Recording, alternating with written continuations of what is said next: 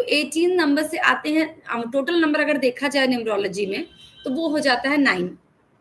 लेकिन अब मैंने बोला था हम लोग यहाँ पर डिटेलिंग में बात करेंगे, लाइक ए कॉम्बिनेशन की भी, सिर्फ ये नहीं बात करेंगे कि 9 वाले कैसे होते हैं, ठीक है। 9 वाले कैसे होते हैं वो आप में होगा, बट लेकिन आपका 9 किससे आ रहा है? 1 और 8 से, तो 1 और 8 का इफेक्ट भी आप पर रहेगा। और अगर अब देखिए, अगर आप अपने आप को समझने जाएंगे तो बहुत तरह से आपको समझना पड़ेगा, ठीक है। 1/8 भी हो जाता है, मंथ भी आ जाता है, और उसके बाद आपकी पूरी डेट ऑफ बर्थ को जो ऐड कर कर आता है वो भी एक नंबर आता है। तो जब जो सिर्फ 9 से नंबर आएगा उसका कॉन्फिडेंस, और 1/8 से जो 9 आएगा उसके कॉन्फिडेंस में थोड़ा सा फर्क आ जाएगा,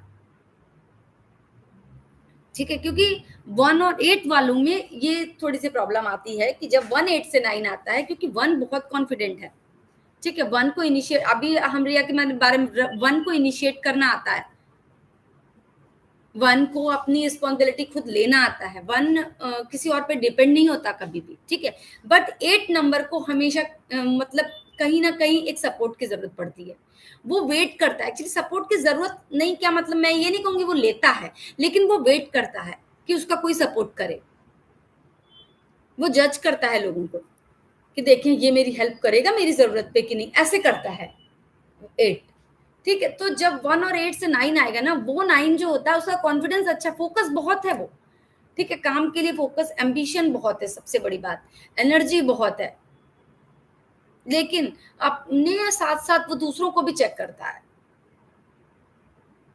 yes, I wait for good. ऐसे ही मैं हमेशा बात करती हूँ कि जब भी आप पढ़ो, किसी का भी वीडियो सुनोगे न्यूमरोलॉजी में, तो लोग ज्यादातर 9 के बारे में बता रहे होंगे कि 9 ऐसा होता है, 9 वैसा होता है, 9 ये करता है, बट वो 9 किससे आ रहा है ये भी तो ध्यान दीजिए आप। वो 9 अगर सिर्फ सिंगल 9 से आ रहा है तो वहां पर उसका बिहेव, और जो 1/8 से 9 आ रहा है और इसके बाद जो 2/7 से 9 आएगा उसमें इसके बिहेव में चेंजेस आ जाएंगे, क्योंकि वहां पर और भी नंबर उसके साथ ऐड हो रहे हैं। उनका ये न्यूमरोलॉजी में बहुत ज्यादा इफेक्ट पड़ता है कि आपके साथ कौन सा नंबर किस तरह से इम्पैक्ट कर रहा है। और आप लोगों के लिए बहुत ज्यादा जरूरी है कि सिर्फ ये कि आप बस किसी एक अच्छे इंसान को ऐसे अपने साथ जोड़ लीजिए। आप एक्सप्लोर करते हैं, आप बहुत सीखते हैं, हर जगह जा जाके आप सीखते हैं, बट इन सीखने के चक्कर में कहीं ना कहीं अपना नुकसान उठा लेते हैं आप लोग।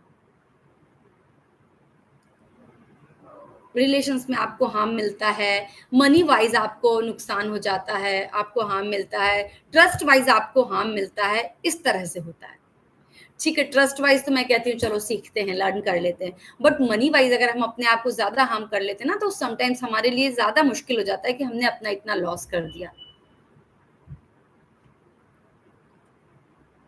और यही अगर सिंगल 9 वाला होगा वो कभी किसी के सपोर्ट की वो नहीं करता।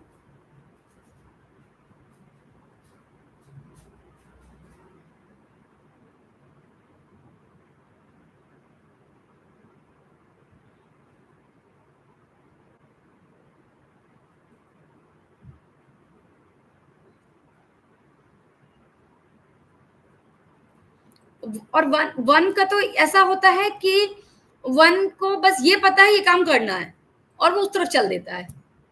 1 ज्यादा सोचता समझता भी नहीं है, 1 को ज्यादा समझने की जरूरत नहीं है। 1 को पता है कि ये चीज मुझे पानी है, तो बस उस तरफ वो चल देता है और उस तरफ उसके प्रयास शुरू हो जाते हैं।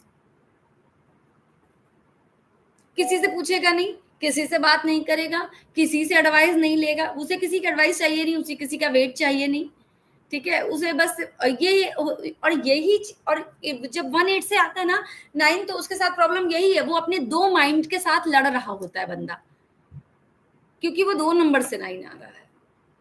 एक नंबर उसको कहता है कि आगे बढ़ो देख लेंगे, दूसरा नंबर कहता है कि नहीं, मुझे सब अगर नहीं नहीं हुआ तो मुझे देख लेना चाहिए पहले कोई आ रहा है कि नहीं, है ना।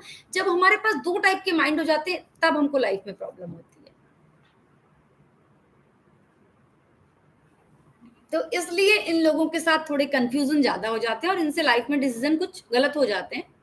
बट मैं यही कहूंगी सीखते, इसलिए ही मैंने पहले कहा ये सीखते बहुत है, ये अपनी सीख से आगे बढ़ते हैं, किसी और की सीख से चलते भी नहीं। इनको अगर एक गाइडेंस हमेशा अच्छी मिल जाए तो ये लाइफ में बहुत तेज आगे बढ़ते हैं। इनकी लाइफ में जो रुकावट आती है वो सिर्फ़ इसीलिए आती है कि बार-बार आगे बढ़ते हैं और बार-बार फिर नीचे आ जाते हैं। फिर आगे बढ़ते हैं, फिर नीचे आते हैं, क्योंकि इनको इनका माइंडसेट बहुत अच्छा होता है, इनकी स्पीड अच्छी होती है। बट ये कहीं न कहीं हार्म पाके कहीं कुछ न कुछ अपनी लाइफ में नुकसान कर लेते हैं। तो अगर ये एक अच्छा गाइडेंस अपनी लाइफ में पकड़ लें, वो चाहे अपने फादर हों, चाहे मम्मा हों, या मैं कह सकती हूँ कि अपना भाई हो, जिस पर तुम ट्रस्ट कर सको।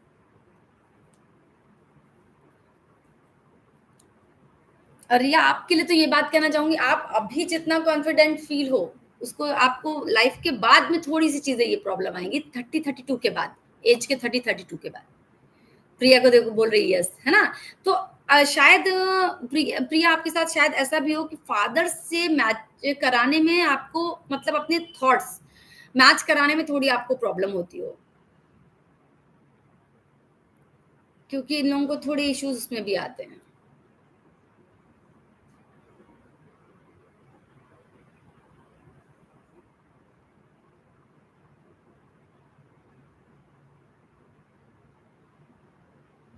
हाँ, मैंने बोला ना कि किसी ज ज आपको यही प्रॉब्लम आती है क्योंकि आपकी लाइफ़ में रुकावट इसलिए ही आती है।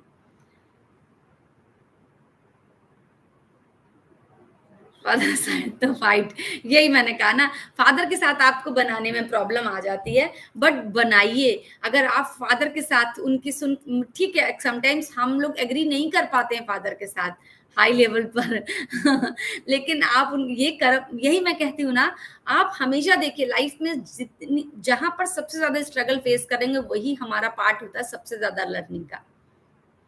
ये समझ लीजिए, ये आपके लिए मैं रेमेडी बता रही हूँ, ट्रीटमेंट है ये आपका। फादर से बना सुन लीजिए अपने फादर की, हमें अपने फादर के सामने सुनने में कोई बेइज्जती नहीं होती है। वो 4 बार बोलें, कोई बा हम उनके मन की करें ना करें, बट सुन लो, एक कान से सुन लो, दूसरे कान से निकाल दो। एट लीस्ट उनको रिप्लाई मत करो।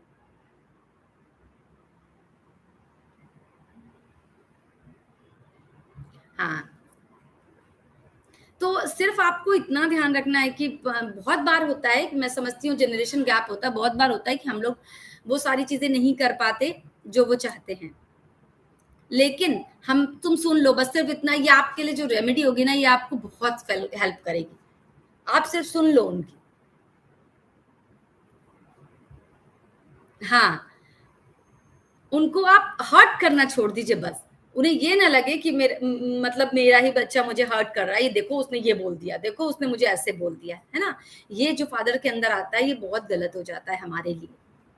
माँ-बाप के अंदर माँ-बाप को हर्ट नहीं करना चाहिए, क्योंकि वो जो हमारा मून और सन को इम्बैलेंस कर देता है लाइफ में, उसकी वजह से लाइफ में बहुत प्रॉब्लम फेस करनी पड़ती है। ये आपके लिए ऑलवेज़ के लिए एक ट्रीटमेंट होगा। तो सुन लीजिए उनको, सुनाइए मत, सिर्फ़ सुनिए। हमारा ये हमारे लिए गुड विश होती है, समझ लीजिए।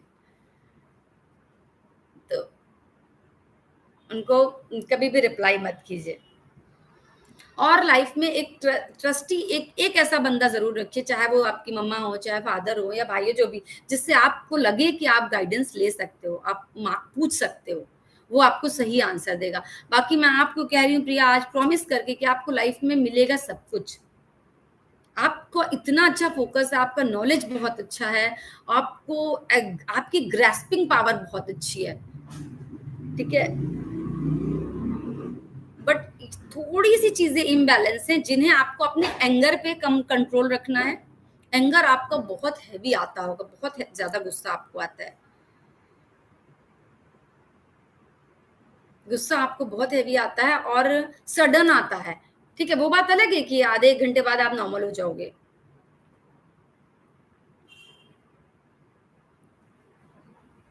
सडन गुस्सा आता है, बहुत तेज़ आता है। तो इन सब चीज़ों को आपको कंट्रोल करने के लिए अपनी लाइफ़ में कुछ ना कुछ प्रैक्टिसेस करनी चाहिए।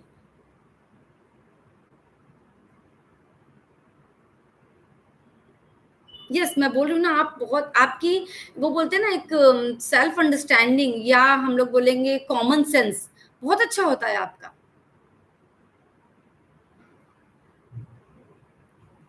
Hyper Moody kind of person.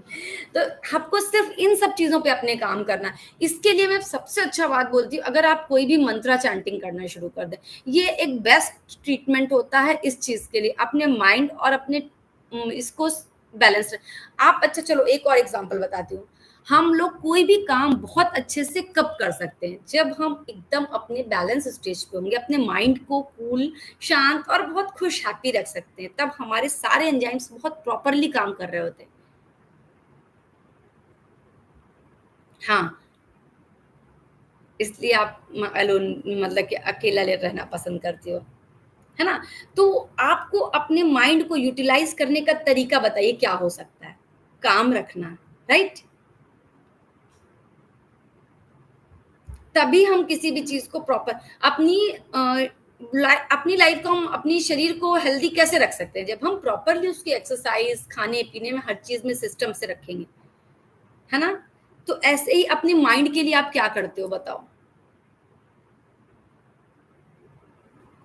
हम अपने शरीर के लिए काम करते हैं, अपनी चीज़ों के लिए काम करते हैं, अपने इमोशंस के लिए लोगों से इधर-उधर बात करते हैं। हम अपने माइंड के लिए, अपने इमोशंस को बैलेंस करने के लिए कहाँ पर कितना गुस्सा करना है, कहाँ पर कितना हमको बोलना है, कहाँ पर कितना मैनेज करना है, किसके साथ कितना टाइम देना है, इन सब चीज़ों को हम कैसे सँभालते हैं? अपने माइंड से। और माइंड ही आपका आपकी सबसे बड़ी स्ट्रेंथ है भैया। और इसको काम रखना, इसको कूल रखना, इसको एस्टेब्लिश रखना, इसको बैलेंस रखना, ये आपका सबसे बड़ा मोटिव होना चाहिए। स्पेशली आप लोगों के नंबर वालों को मैं बोलती हूँ। आप लोग कोई ना कोई मंत्रा चैंटिंग शुरू कर दो, कोई ना कोई नहीं कुछ तो आप कुछ म्यूज़िक या ओम की चैंटिंग लेकर अपने कान में ईयरफ़ोन लगा के आप 5 मिनट डेली बैठना शुरू कर दो एक टाइम पर। एक कोई टाइम चूज़ कर लो अपना पूरे दिन का। एक टाइम चूज़ कर लो और एक प्लेस हो सके तो वो चूज़ कर लो। अगर पहले प्लेस नहीं भी चूज़ कर पा रहे तो फॉरगेट अबाउट द थिंग्स, मत चूज़ करो, छोड़ दो। लेकिन किसी ना किसी तरह से एक इनिशिएट ज़रूर ले लीजिए। थोड़ी देर के लिए अपने साथ कोई ना कोई मंत्र ले लीजिए, उसको चांट कर लीजिए। अपने जो भी ईश्वर को आप मानते हो, आप रिलीजियस हो, मुझे पता है आपको हर धर्म के बारे में जानना, धर्म के बारे में पढ़ना, धर्म को समझना बहुत अच्छा लगता होगा। ऑकल्ट के बारे में जानकारी रखना, ऑकल्ट के बारे में समझना, पढ़ना